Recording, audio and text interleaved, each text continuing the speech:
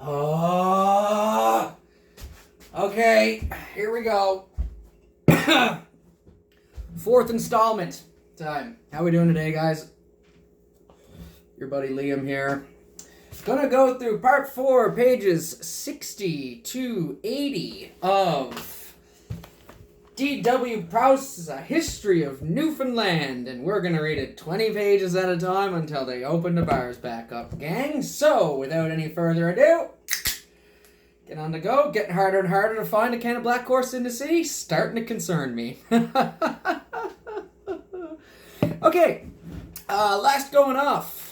We were about to talk about the winter cruise in Newfoundland. I don't mean the winter cruise as in a boat tour or any sort of shit like that. I mean the guys who would stay on the island during the winter. The first guys who would brave a Newfoundland winter. So basically, we get into that, and I just like to point out that winter must have really fucking sucked at the beginning. And there really isn't much of a record of the earliest of these, what we're going to call the winter cruise, meaning the cruise of Dubai. So we don't really have much records of them being here. However, that doesn't negate their importance to the shore fishery at the time, because we needed those winter cruises to maintain all the stuff in the winter. You know, otherwise you come back in the spring, everything's falling apart, all the Christmas lights are tangled up again, you know, all that sort of shit, right? So they would have to stay put and sort of maintain the stages, the wharfs, the salting flanks, all that sort of stuff. So, you know, they said there was piles of wood to cut, there was lots of game to catch. So, you know, they did mention that finding volunteers probably wasn't that hard, which, like, I don't know, feels to me like the biggest hoodwink ever, right? Some guy over in England is like, hey, we're looking for a few volunteers to go over to Newfoundland for the winter. What's it like in winter? Oh, it's lovely. Oh, you're gonna love it. Yes, no, it'll be fine. It'll be fine. Don't worry about it. It's good. It's a good time. Lots of wood, fish, game, stuff like that. Anyway, so yeah. So those first guys came over. So then we sort of switch out of there. I don't really have much to quote there. Not really, other than winter here sucked. And that hasn't changed in 550 fucking years. So then we move into Sir Thomas Hampshire's journey. And Sir Thomas Hampshire was just some guy. He was just like another sailor admiral type fellow, not that important. So at the time it was the custom that Sir Thomas Hampshire. So he was a guy the Queen's employee. So he came over, and so at the time basically, if you were the first guy, if you're like a fisherman, you're the first guy in a harbor. And you landed, you could set up your land. You could just like claim a spot. You have the wharfs, boats, somewhere to dock, your stage, your house, all that stuff, and you can just keep it. But as you can imagine, this sort of informal kind of like this is my spot way of retaining land did cause quite a bit of conflict and stuff at the time. You know what I mean? Like people.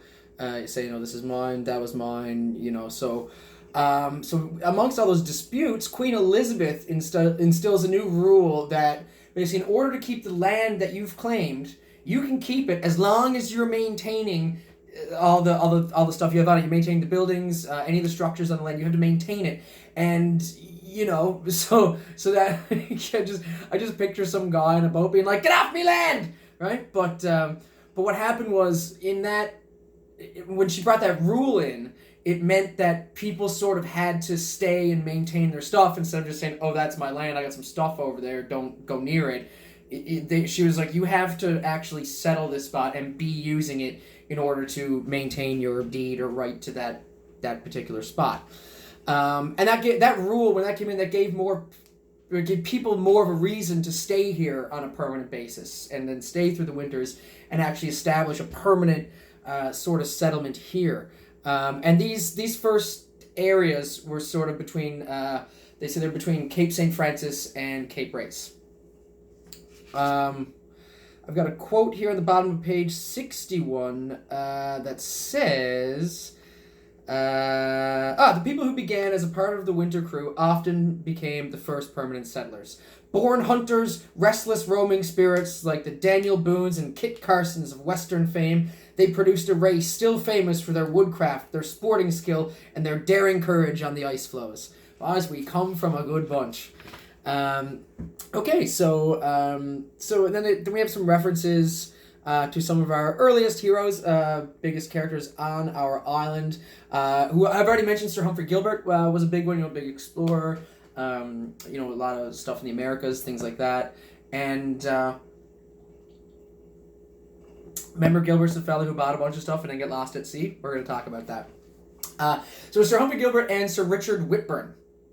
Whereas Gilbert was a representative of the Queen and of noble heritage and stuff, Whitburn was more of a common sailor type who earnestly and honestly rose up through the ranks to become a very skilled seafarer and all that type of stuff. So Whitburn and Gilbert, last names of course, they rose up in ranks and became friends of our beloved island.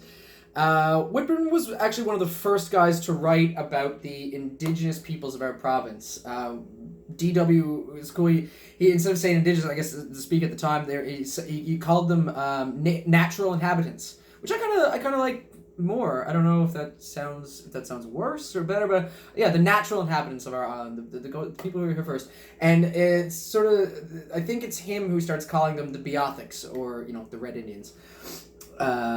So DW notes here then, and we're gonna lightly touch on the Beothic stuff a little bit now, so I will try and handle it with gloves because we're supposed to have gloves on anyway. DW notes that there are many references to early contact with the indigenous peoples all over North America, and it's noted that the French and the Biscayans, they had pretty good trade relations with the indigenous populations of the eastern seaboard and stuff like that. Noting that they had amicable trade. They would help the indigenous peoples would help them with the whaling and the processing of the fish on the land and stuff. They had a good barter trade with each other. Things were going pretty good, and but this only really applied to the Americas up so far as Cape Breton. And as for our little island, things weren't quite so good in that regard. There was it was rough from the start. There wasn't really a lot of great things going on. There's some fella named Kirk, who recounts that our dire hostilities with the Beothic people began with a horrific act of treachery on behalf of the Beothic people. There's a quote on the bottom of page 63 here, and the story goes... let me just try and find it here. Related by Kirk. They first attacked a small party of French who were alone and unarmed, murdered them all, and then dressing up in the Frenchmen's clothes, they alerted another party of French and killed 21 of them. And it says, like all savages, they were inveterate thieves. Words I've never seen before. Whitburn says many of them secretly every year come to Trinity Bay and Harbour in the nighttime purposely to steal sails, lines, hatchets, hooks, knives, and such the like. And that's kind of, part of the story that we've all sort of been told over the years. But what I really like here is down at the bottom of the page, D.W. Prowse, he does state, and he says, on this subject, it is unfortunate that we have only white man's story and the red man is unheard. The French may have given them great provocation, and revenge is part of the creed of the Indian. So, you know what I mean? So we only know of the ones, history is written by the victors and those who can. So we only have the French side of the story. We don't know what the French were doing to those guys to provoke such an attack. You know what I mean? We don't know who started this whole thing, but, anyway, things, we didn't really, have a great whole thing going from the beginning. Unfortunately, that's the worst part of our history. Problems started out pretty early. Let me see here. In 1612, we have documentation that friendly relations were attempted. This fella named Guy, that's his last name, just like, hey Guy, I'm not your buddy Guy. So Guy and Captain Whittington, who this? New captain, who this? So Guy and Whittington met up with some Indians, and I have a passage here on page 65 that says the story of the Red Indian is... wait. Oh, right here. Okay, so Charles I issued a proclamation in 1630 prohibiting disorderly trading with the Indians. The most hopeful effort to establish friendly relations with these poor savages was made in 1612 when Guy and Captain Whittington met the Indians. The fella says, and I quote, they met at random in Trinity Bay. Random being a place, not like, oh, hey, how you doing?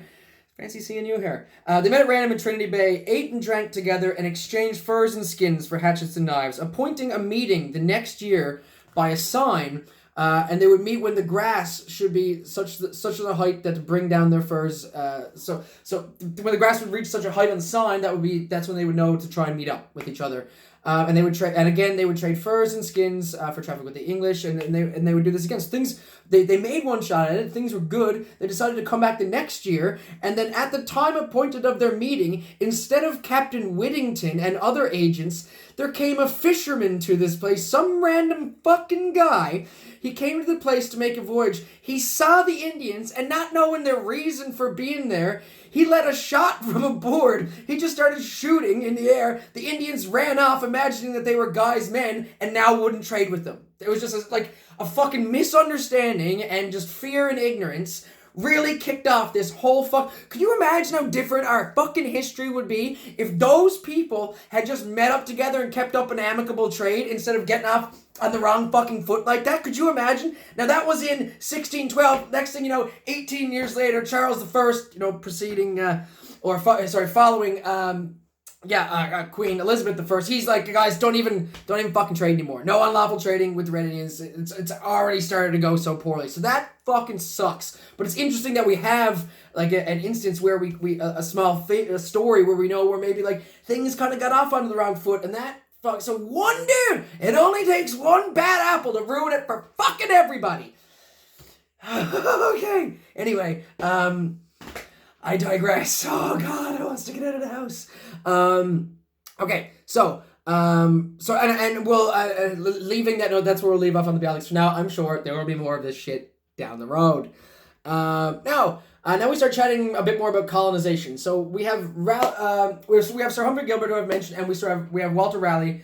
They're actually half brothers. Fun fact.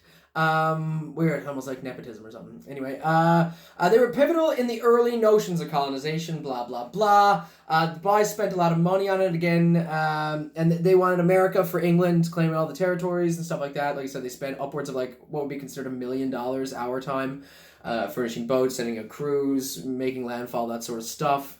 And all the while, this whole time, again, now we're always watching over our shoulders for the Spanish and the French, right? Because things are there's fucking people coming in from all sides. It's getting a little bit tangly in Europe at this time. Good times though, good times all around. So Gilbert goes to Newfoundland in 1578 with a couple of boats. Basically to annoy the King of Spain. They go over, and because things are starting to get really tense with the Spanish, Gilbert goes over, he says to the Queen, okay, well, we're just going to petition a boat to go over on like an exploration expedition, and instead we're going to bring like a small like group of like war boats. And that should kind of piss off the Spanish a little bit. And on the bottom of page 66, the expedition of 1583 was not Gilbert's first attempt. In 1578, which I just mentioned, with the convenience of the court, he sailed to England with 2 ships. His object is disclosed thus: a discourse how Her Majesty may annoy the King of Spain by fitting out a fleet of ships of war under the pretense of a voyage of discovery, and so fall upon the enemy's ships and destroy his trade in Newfoundland and the West Indies, and possess the country. Sneaky fucking Gilby, bud. Oh, wow. Let's see how that went. Okie dokie. Okay, well, and then it says, the next little quote here just says, it will undertake to fit out the ships well armed for Newfoundland, where they will meet with all the great ships of France, Spain, and Portugal.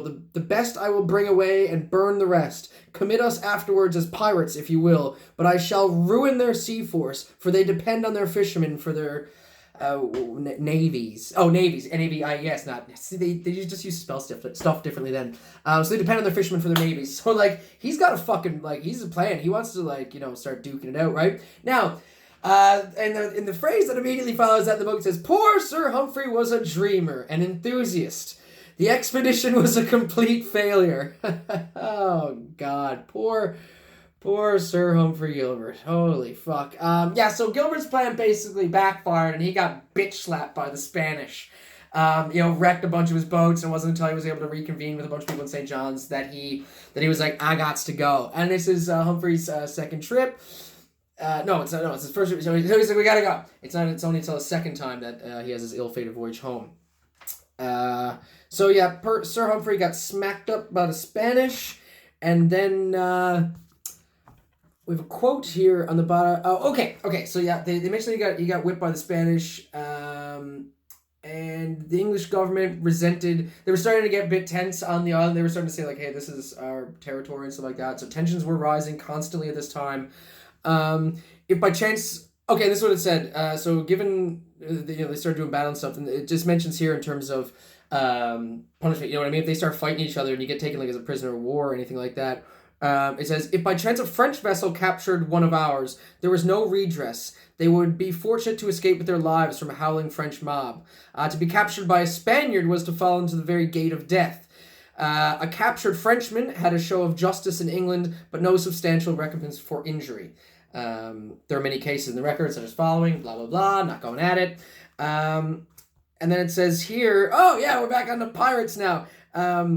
So in all this time, like I said, because a lot of these just battles and stuff like that were kind of privateering and piratism and stuff like that. It says the only way they exercised dominion was by reckless daredevil courage, which made the very name of Englishmen a terror of the Spaniards. So they're starting to ramp up the navy, right? They're kind of starting to pick a little bit of a fight here, I think, right? We'll see where that goes. Okay, so yeah, that's the quote on the bottom of page 68. We don't hear that Queen Elizabeth's reach and power. She's really so again, I know I jumped into Charles I there for a second when we were talking about the Beothuk, because DW sort of does go forward in time when he stays on the subject, and then when he needs to go, basically the story only moves as far as the back part of the story. So on one subject we can move forward, but right now like we're kind of going back to Queen Elizabeth, right? So now we're back into the 1580s. So we know that Queen Elizabeth's reach and power, stating at the time that she had made some kind of decree about Newfoundland, and if she did that, if she made a law, she passed a law, everyone listened pretty much immediately, or as soon as like the message got landed, right? And we also note here that a full century before English colonization of the Americas, it's pretty clear, and given everything we've talked about, it's pretty clear and pretty well established. Again, DW is like, we were already here! Like, okay, bud, we were. So, again, he really hammers this point home. I don't know if this was just a style of writing at the time or something, but, okay. So, moving on there, past that, we mentioned here that, so at this time now, St. John's is operating as what's basically a free port. There's no like taxman coming in from the English government or anything like that. People are just freely trading, bartering, moving, shaking stuff from all around the world at this point. You know, spices are coming in from the Mediterranean. Different things are coming in from Europe. We're sending stuff to Europe because, you know, we've got different game and wood here than we do there, and all that sort of good stuff. That's how trade works. Marco Polo and shit. So it's page 70. Blah, blah, blah, blah. Oh, yeah, it just says here, master and his crew fish, the merchant and his store had traded. Considering the large number of fishermen of all nations, they say probably about 15,000 people were in and around Newfoundland at that time. So, fuck, pretty good. Extensive and lucrative trade, super cool, meow, meow, meow. I have a quote here on the bottom of page 72. It just says, again stating the real firm establishment of St. John's as a main fishing trading port. Just here, the splendid harbour of St. John's and its unique position midway between Cape Bonavista and Cape Race, where at first all the English fishing operations were carried on, made our capital, from the very beginning, the metropolis and headquarters of Newfoundland fish trade, both English and foreign. So, St. John's is the place to rock, which is all well and good. And then we talk more about Sir Humphrey Gilbert. About him basically about Gilbert and him not allowing merchants to hold titles of land in St. John's, like in the dense part of the metro area. And I'm not entirely sure what all this is, land deeds and stuff. I'm not. Who has time? But D.W. Prowse had time. Piles of fucking time. This fucking thing. Anyway, so yeah, there's something with that, and basically again establishing that. Pardon me. That St. John's is the de facto capital of the island. And on page 73 it says here, Gilbert had with him a Saxon ore refiner named Daniel. He was so impressed with the mineral wealth of the colony that he proposed to leave the settlement and discovery of the south to Hayes, for he said, I have now become a northern man altogether, my heart is set on Newfoundland. So again, because this is Humphrey Gilbert, and they were all over the Americas and stuff, so his buddy Daniel was really sold on Newfoundland, you know, becoming more and more enamored with the place. Cool. So, so another quote down on page 77 here. sorry, not page 77, 73. Oh, right. Okay, so on for this is where we get into Sir Gilbert's ill-fated voyage and death. Yeah, this is... Whew. Where does it say here? Deliver Cape Sable through carelessness and bad seamanship. Okay, yeah, so there's... The bondsman on the boats, or something that says, the end of his ill-organized expedition was dire disaster. This is Gilbert's second expedition. On the 29th of August, the admiral ship Delight was lost off Cape Sable through utter carelessness and bad seamanship. The little frigate, which is a part of their crew, was called the Squirrel, and the Golden Hind, those two ships escaped. On the 31st of August, they bore up for England. Poor Gilbert had been painted for us as so complete an angel that it is a relief to find him at times giving way to human infirmaries and acting like an ordinary person, right? They saw him as above, and when you see the humanity in him, you're like, oh, you're right, he's only a man. And it says here, after they passed Cape Race on the return voyage, Gilbert had come aboard the Hind to get a wound and his foot dressed. Afterwards, on this fair day, he came aboard again to make merry together with the captain, master, and company, continued from there morning until evening, no doubt drinking in the good wine they had received in St. John's. On the same day, for some loss of mineral specimens, he was not able to contain himself, but beat his boy in a great rage. I don't know what beat his boy in a great rage means. I can assume he abused somebody. Okay, so then it says here, lest I be charged with misinterpreting the qualities of his most fortunate adventurer, read his character drawn by Kingsley in the fascinating passages of Westward Ho. He calls him a philosopher, an Ammius, but not so much a general, not able to control men. So Gilbert was a great guy, but not the best at getting people behind him and stuff all the time. It says, the death of Sir Humphrey was as sad and tragic as had ever befell a hero. So I guess, poor guy. So after Gilbert's death, the burden of colonizing America fell on his half-brother, Walter Raleigh. And I have a quote here on page 75 that says, to Raleigh, above all men in this great age, is due the honor and glory of founding England's colonial empire. So sort of picking up where old Gilly left off. And, at this point, we just talk about the life of Walter Raleigh. It's sort of in a biographical sense. And if you want more information on that, I highly suggest you Wikipedia, because I'm not going at it. Anyway, so Walter Raleigh, picking up where old Gilly left off. Now, after Gilbert's death in 1583 also, Sir George Peckham wrote the first book on Newfoundland, basically promoting the shit out of the island. And by book, I mean, it was kind of more like a pamphlet, like, picture it like the infomercial to the movie. So he wrote the first sort of thing in print that we have, like, promoting and talking about Newfoundland. I actually have the cover of it right here. You can see that there. If you want to try and pick that apart and read it, I suggest you pause, and best of luck fucking to ya. He writes the first stuff. It says, the work is a most sensible, clear-headed business document, and the author shows himself as a shrewd trader. He offers attractions to everyone, sport for the gentles and nobles, fishing for all, a northwest passage to India from Newfoundland for the scientific and the adventurous. So this thing is really talking about Newfoundland in a really favorable light. Again, trying to ramp up colonization and trying to boost interest in markets and trading and stuff here. And it says here at the bottom of page 77, this book marks a great advancement of the age. The resources of the island are set forth perhaps in too glowing of terms. So he was really promoting it. But its immense advantage to England is not in any way exaggerated. The proposal to make St. John's a fortified town was thoroughly practical. It would have secured our capital from the attacks and destruction it afterwards suffered from the French when they walked over and burned it to the fucking ground a couple of times. So we promoted this thing, and it's, so that's all well and good. Nice to have a little bit of promotion on the go. Sort of like our tourism commercials now, right? We oversell it a little bit, but pretty good. So another note here, moving on. It's worth mentioning at this point, piracy is in full swing. And I mentioned that before when the French, Spanish, English, all button heads. It's all basically piracy. And of course, at the time, they just called it privateering. If you're familiar with the song Barrett's Privateers, blah, blah, they could call it Barrett's Pirate fucking crew. Because privateers were just commissioned, pirates by the English or whatever. You just bring trade, make a cut of it, something like that. And then we have the story of Charles Lee at Cape Breton on page 78. I guess I didn't really make much of a mention of that. Let me just see here. Oh, God. I don't know. Well, we're going to stop over that one. Cool little story. Anyway, so the last thing here. So now again, we're talking about like a lot of naval fighting between the French, not the French, the Spanish and the English, certainly. And there's a note here that in 1585, the most daring blow of all was made to the Spanish fishing fleet in Newfoundland.